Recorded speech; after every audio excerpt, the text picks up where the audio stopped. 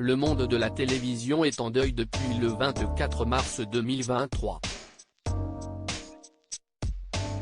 Ce jour-là, le public a appris que Marion Guilhem avait poussé son dernier souffle à l'âge de 84 ans.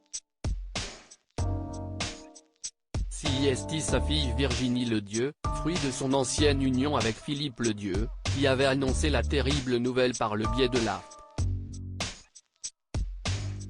CIST dans la tendresse et l'affection des siens qu'elle est partie rejoindre les étoiles, a-t-elle déclaré. Et de préciser que sa maman est morte de vieillesse, à son domicile de Clamart, en région parisienne.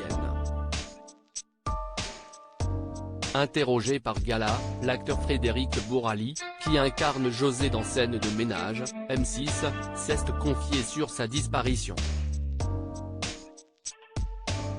À l'occasion de la promotion de la pièce Avenue César, dans laquelle il donne la réplique à Christelle Reboul, Frédéric Bourali a accordé une interview à nos confrères. Et il n'a bien entendu pas échappé à une question sur Marion Guilhem, sa collègue de Scène de ménage. Comme pour tous, sa disparition a été difficile à encaisser pour le partenaire de Valérie Carcenti, Liliane. Nous savions depuis pas mal de temps qu'elle n'allait pas bien. Sa disparition a néanmoins été un choc pour nous tous. Nous l'avons d'ailleurs appris sur le tournage de la série. Le meilleur hommage qu'on pouvait lui rendre, c'était de continuer à travailler, à essayer de faire rire. Mais c'était difficile, a-t-il confié à Gala. Grosse émotion lors des obsèques. L'acteur de 62 ans était présent pour rendre un dernier hommage à Marion Guilhem, le 31 mars dernier.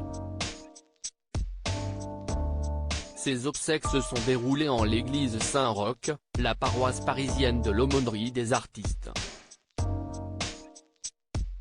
Pour l'occasion, de nombreuses personnalités ont fait le déplacement, parmi lesquelles des acteurs de Scène de ménage.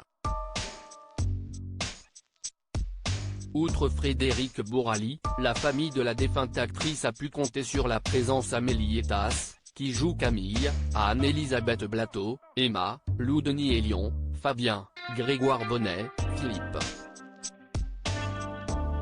Gérard Hernandez, qui joue Raymond le mari de fiction de Marion Guilhem, a aussi tenu à faire le déplacement. CIST a battu qu'il est apparu devant l'église. Et la cérémonie a été difficile à vivre. L'émotion a été insurmontable. Gérard Hernandez avait prévu de prendre la parole pendant la messe. Extrêmement affecté dans l'église comble, il a été contraint de renoncer au dernier moment, a confié une source anonyme à Ici Paris, édition du 5 avril 2023.